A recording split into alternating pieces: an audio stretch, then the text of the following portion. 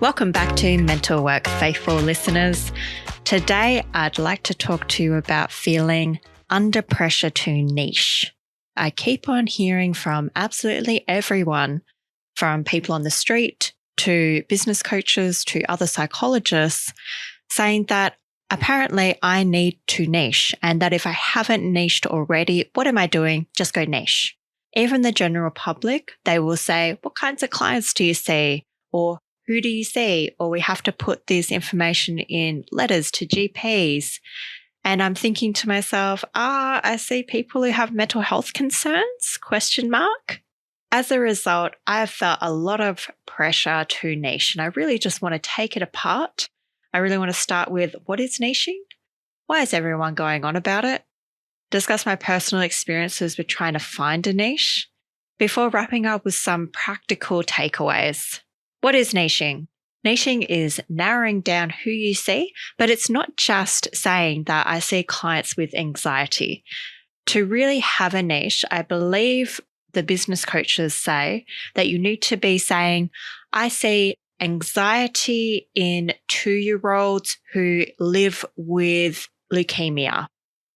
I believe that's how niche your niche needs to be. Or I see mothers in the 3rd trimester who are experiencing psychosis. So it needs to be like condition X in population Y with specific condition that they're experiencing. And for me, this has been so overwhelming. I can understand on one hand, there are benefits to niching. I've read all about it. I've done an extensive Google search, so of course I'm the expert. But from what I understand from the Google literature, the benefits to niching are that it narrows your caseload, which can prevent burnout. So if you are just seeing a particular subset of people, then you don't have to dredge up multiple therapeutic approaches or knowledge of multiple conditions. You can simply adapt one type of psychotherapy to one type of condition and then tailor it for that individual. But it's less mental load. Other benefits to niching are it can increase your referrals because people come to know you as the person who sees mothers in the 3rd trimester for anxiety. And so you'll get all those referrals in the future. And people will say, oh, is somebody able to do this? And you'll be like, yep, that's my jam, that's my niche, that's what I specialize in. It also conveys a sense of expertise. So if you're like, I have this niche, other people are like, ooh, they know a thing. And so that can increase your credibility. And according to the business coaches, they say that if you niche and you've got that credibility, then you can also charge more. Those are the kind of, 3 main benefits of niching that have been proposed. 1, it can reduce your mental load. 2, it can increase your referrals. And 3, it can increase your income because you'll be able to raise your price. So my experiences with niching, I remember my first business coaching session where niching was actually the first thing that was brought up. I just about had a heart attack. I was so not ready to discuss niching after finishing up 8 years niching in my PhD area of research, which is anxiety-related insomnia. So it's like technically I knew in the back of my mind, I already had a niche. I already knew lots about anxiety-related insomnia, but I also didn't realize that perhaps the trauma of having focused on something for 8 years, I was like, nope, I am so not ready to specialize in a particular area. I guess when you read hundreds and hundreds of papers on a particular topic, I was just burnt out and exhausted from reading about anxiety-related insomnia, despite knowing that this would be a brilliant niche because not many other psychologists know about anxiety-related insomnia. The business coach also noticed that I was very hesitant to talk about niching. And she was like, you just looked like you spun around in your chair when we brought up niching. And so I knew that this was an area that was bringing up a lot of feelings for me. Over the first year of my own private practice, I let the idea of niching go. So when people would say to me, what kind of clients do you see? I would say depression, anxiety, trauma. So I'd say where the need is. And that's absolutely true because in Australia, there's a high demand for mental health professionals. And so really, I didn't need to niche in order to get clients. I simply needed to say that my doors were open and clients were coming in. And they were mostly of the anxiety, depression, and trauma variety.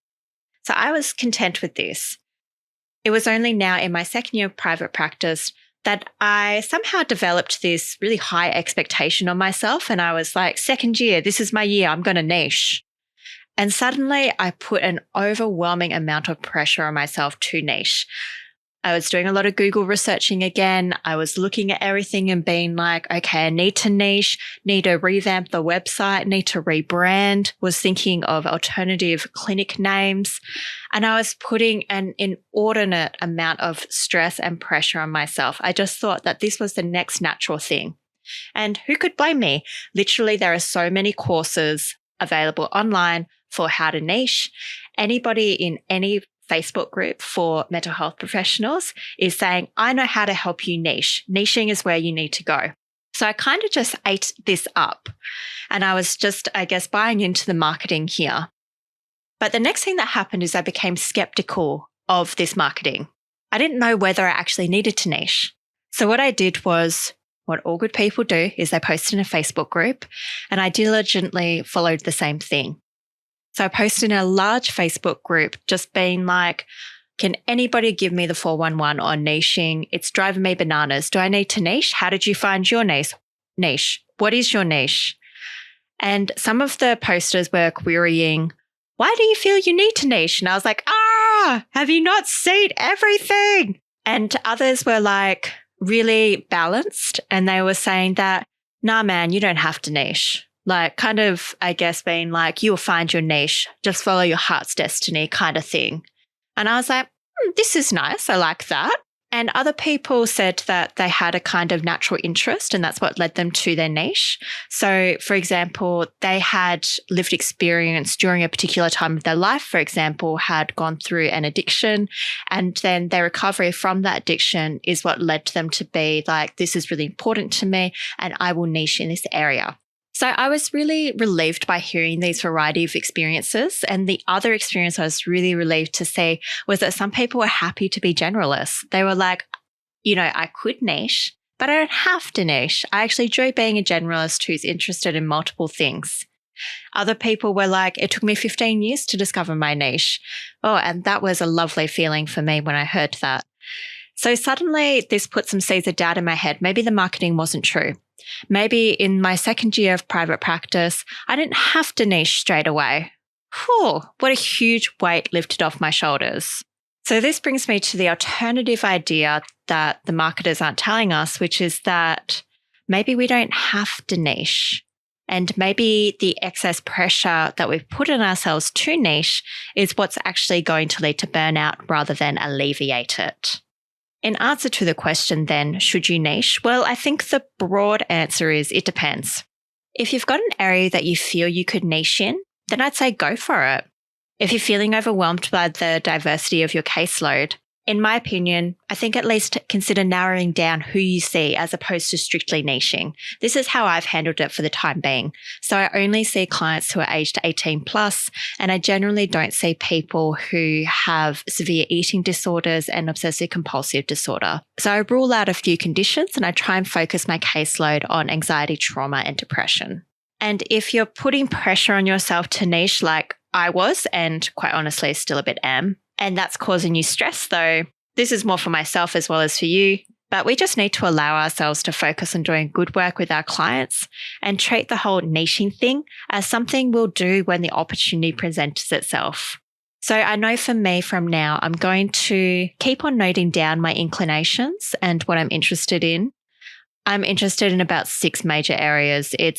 I frustrate myself, but I'm interested in everything from sex therapy to hormone disorders in women to domestic violence. So not even similar areas that I could niche in. It's like they're all opposed. And perhaps you're experiencing the same thing. We just got to let ourselves keep on going and maybe something will open up and we'll get there. Even if we don't, we can continue being generalists. I guess that's the good thing about being a mental health professional in Australia right now, is that there is no dire great need to niche in order to increase our income and in order to get more clients. That's lovely. It's a good thing to take advantage of as an early career mental health professional. And if the situation changes, which, the future is always uncertain in terms of mental health, But if the situation changes and we all need to niche and we're overwhelmed by mental health professionals in the field, A, great. But B, we'll change our strategy. But for now, I just don't think we need that extra pressure. Another thing to consider when we're thinking about niches is to not compare yourself. This is something that I am very guilty of and I fall in the trap of doing quite regularly. But I'll see somebody with an amazing website and I'll be like, oh, they've got an amazing niche. Maybe that could be my niche. Maybe I should niche in this area. Or damn, like I could have had that niche and now they've got that niche. I would just say, don't compare yourself where you're at to somebody else's highlight reels. And that's the same with social media, but I think it's applicable to niching as well. That person has spent hundreds of hours on their website or paid somebody else to do it, and they've thought about their niche for a long time. You're still at the beginning of your journey, and it's okay to not know. We don't have to know. I think an answer to the question that people inevitably ask us, and GPs ask us, and our friends and family ask us, what kind of clients do we see? Just come up with some general kind of statements. Like for me, I do the anxiety, depression, trauma. If you can come up with something that you're broadly interested, like I see people mainly with depression or life transitions, I think it's enough to get us by for now. And I also do say I'm still figuring it out. And people don't actually realize that, it actually is a process to find out what your niche is. So I think this actually opens up a good conversation for people who aren't familiar with psychology in the field and the field more broadly of mental health. It's good to actually just be yourself rather than putting yourself under that excessive pressure to niche. That's a wrap. Thank you so much for listening, and I'll catch you next time.